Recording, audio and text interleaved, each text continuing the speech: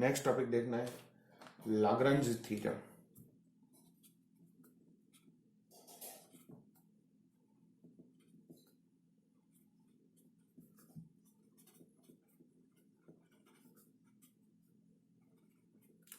Lagrange theorem. Okay, चलो अब Lagrange theorem क्या कह रहा है, तो वो थ्योरम पहले मैं आपको प्रूव करके बता देता हूं। तो आपको याद होगा कि हमने एक बार देखा था कि कॉस अल्फा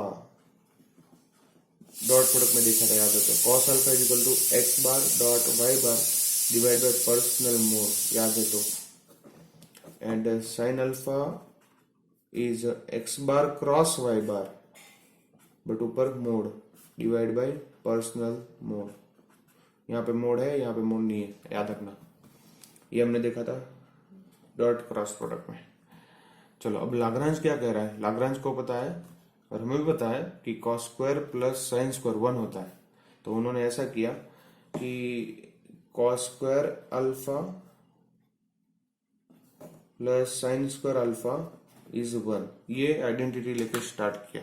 तो कॉस अल्फा की वैल्यू रख दो, क्या होगा x bar dot y bar whole square divide by x bar square into mod y bar square plus mod x bar y bar mod x bar cross y bar whole square divide by x bar square into y bar square is equal to 1। अब इसको सामने भेज दो तो क्या होगा x bar dot y bar whole square plus x bar cross y bar mode whole square is equal to x bar square y bar square. Okay, तो ये हमारा हो गया फॉर्मूला लाग्रांज थ्योरम कि अब इसको याद कैसे रखना है। मैं तो इस तरीके से याद रखता हूँ, देखो डॉट प्रोडक्ट दो ही वेक्टर की बात है एक्स बार वाई बार की, तो डॉट का स्क्वायर प्लस क्रॉस का square is equal to personal square, ऐसे याद रख सकता है। डॉट का स्क्वायर प्लस क्रॉस का square is equal to personal square, ऐसे याद रखो। ओके, अब ये रिजल्ट कब काम आता है, आपको डॉट प्रोडक्ट का वैल्यू दिया हुआ है, आपको क्रॉस प्रोडक्ट का फाइंड करना है, या फिर क्रॉस का दिया हुआ है डॉट का फाइंड करना है, तब आपको ये रिजल्ट काम का है, याद रखना। सिंपल। तो ये थ्योरम यहाँ पे हमारा खत्म हो गया, coaches theorem.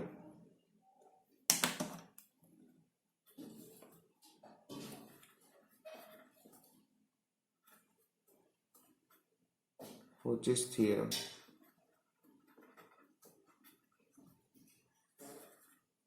Okay, coaches theorem क्या कह रहा है, कोचिस थ्योरम ये कह रहा है कि ये तो डायरेक्ट रिजल्ट ही आपको याद रखना है, कोई भी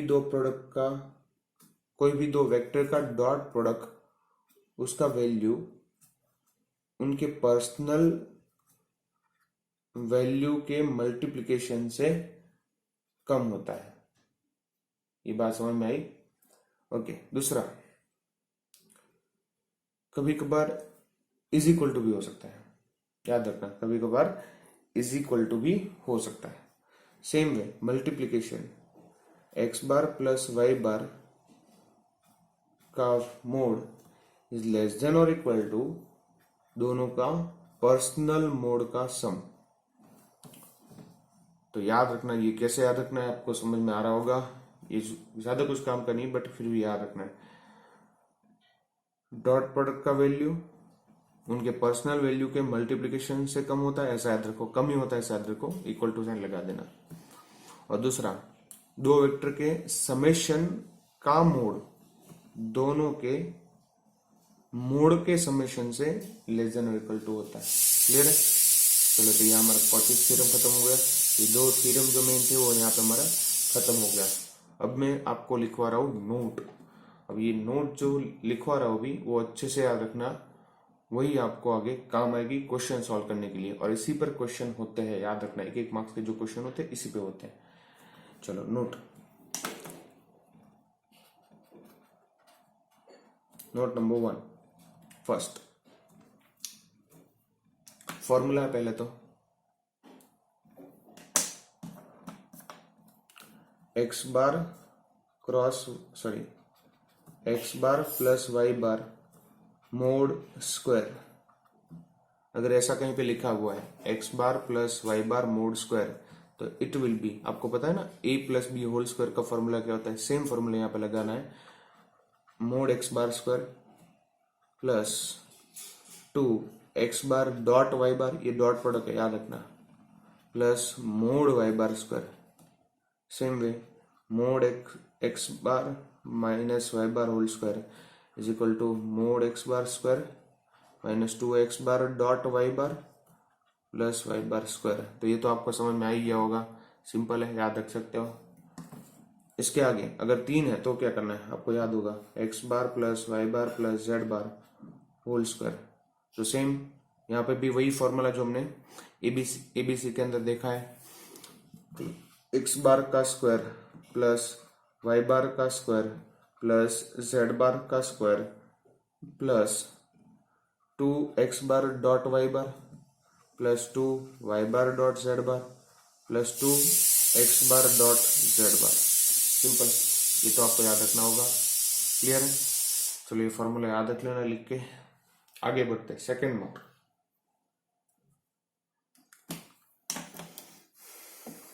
सेकेंड नोट क्या कह रहा है, if x bar is perpendicular to y bar, if x bar is perpendicular to y bar, then what, x bar dot y bar is 0। अगर दोनों परपेंडिकुलर है तो दोनों के बीच का एंगल 90 हुआ और cos 90 0 होता है, इसलिए x bar dot y bar 0 हो जाएगा। इसी तरीके से अगर x bar is parallel to y bar, ये मैं पूरा नहीं लिख रहा हूं, बाकी ये पैरेलल का सिंबल, ये परपेंडिकुलर का सिंबल आप नहीं लिख सकते इसमें, बट फिर भी मैं लिख रहा हूं, पूरे स्टेटमेंट ना लिखने पड़े इसलिए। तो दो वेक्टर पैरेलल है तो उनके बीच का एंगल 0 होगा, तो 0 हुआ तो साइन अल्फा 0 हो जाएगा, तो ये यहाँ पे जाएगा तो ये पूरा 0, तो एक्स बार क्रॉस वाई बार का वैल्यू 0 होगा। समझ में आ रहा है ना, एक्स बार क्रॉस वाई बार का वैल्यू 0 होगा, या फिर एक्स बार क्रॉस वाई बार खुद 0 हो जाएगा। तो यहाँ पे मैं लिख सकता हूँ इस तरीके से, if x bar cross y bar, अगर ऐसा हुआ तो x bar cross y bar 0 होगा। क्लियर है? 0 बार हो सकता है या फिर उसका वैल्यू 0 होगा, कुछ भी लिख सकता है। इसका दूसरा रिजल्ट भी है हमारे पास, अगर दो वेक्टर पैरेलल हुए, अगर दो वेक्टर पैरेलल हुए तो हम ऐसा भी लिख सकते हैं, x bar is equal to k y bar और y bar is equal to k x bar. अगर दो वेक्टर कोलिनियर है, पैरेलल है मतलब कोलिनियर, यहाँ पे आप ऐसा भी वर्ड यूज कर सकते हो, collinear. Okay, collinear and perpendicular, ऐसा पैरेलल वर्ड तो यूज करो तो भी चलेगा, कोलिनियर वर्ड यूज करो तो भी चलेगा। तो अगर ऐसा हो तो x bar is equal to k y bar या फिर y bar is equal to k x bar ही हो सकता है। तो आपको अगर कोलिनियरिटी चेक करने को पूछे तो आपको यही करना है। ओके, अब के क्या होगा, के आपको प्लस या फिर माइनस कुछ भी चलेगा, बट एग्जिस्ट होना चाहिए। क्लियर है? तो आपको ये बात समझ में आनी चाहिए, ये क्वेश्चन याद रखना, इस पर ही सॉल्व करेंगे, एक्स क्रॉस वाई से सॉल्व नहीं करेंगे, क्योंकि आपको याद है एक्स क्रॉस वाई फाइंड करने में थोड़ी बहुत दिक्कत होती है। Third note, if three vectors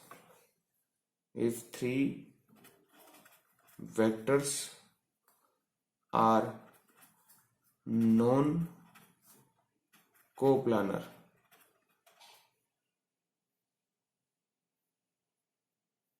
if three vectors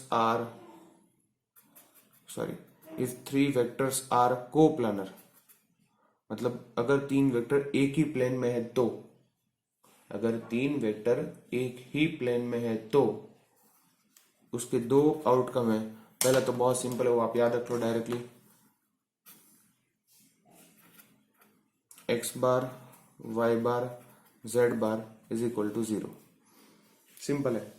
अगर तीन वेक्टर एक ही प्लेन के अंदर पड़े हुए हैं, तीन वेक्टर अगर तीन वेक्टर है x bar y bar z बार, और अगर वो एक ही प्लेन के अंदर है तो उनका बॉक्स प्रोडक्ट 0 होता है, याद रखना।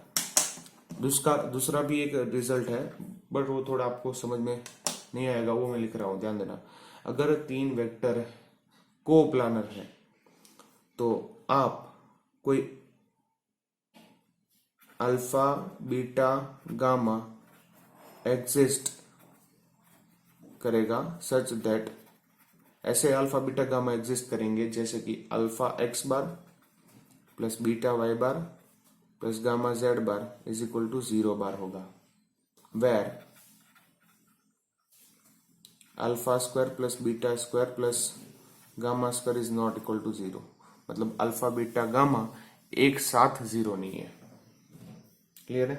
तीनों एक साथ 0 नहीं है। मतलब कोई भी ऐसे आपको अल्फा बीटा गामा मिल जाएंगे जिससे आप यहाँ पे रख के इसको 0 बार सेट करो। वो अल्फा बीटा गामा हमें फाइंड करने होते कभी कभार। ओके, चलो इस पर हम क्वेश्चन नेक्स्ट लेक्चर में देखेंगे। तो यहाँ पे ये पहले नोट याद रख लो, नेक्स्ट लेक्चर के हम इस पर क्वेश्चन करने वाले हैं। ओके।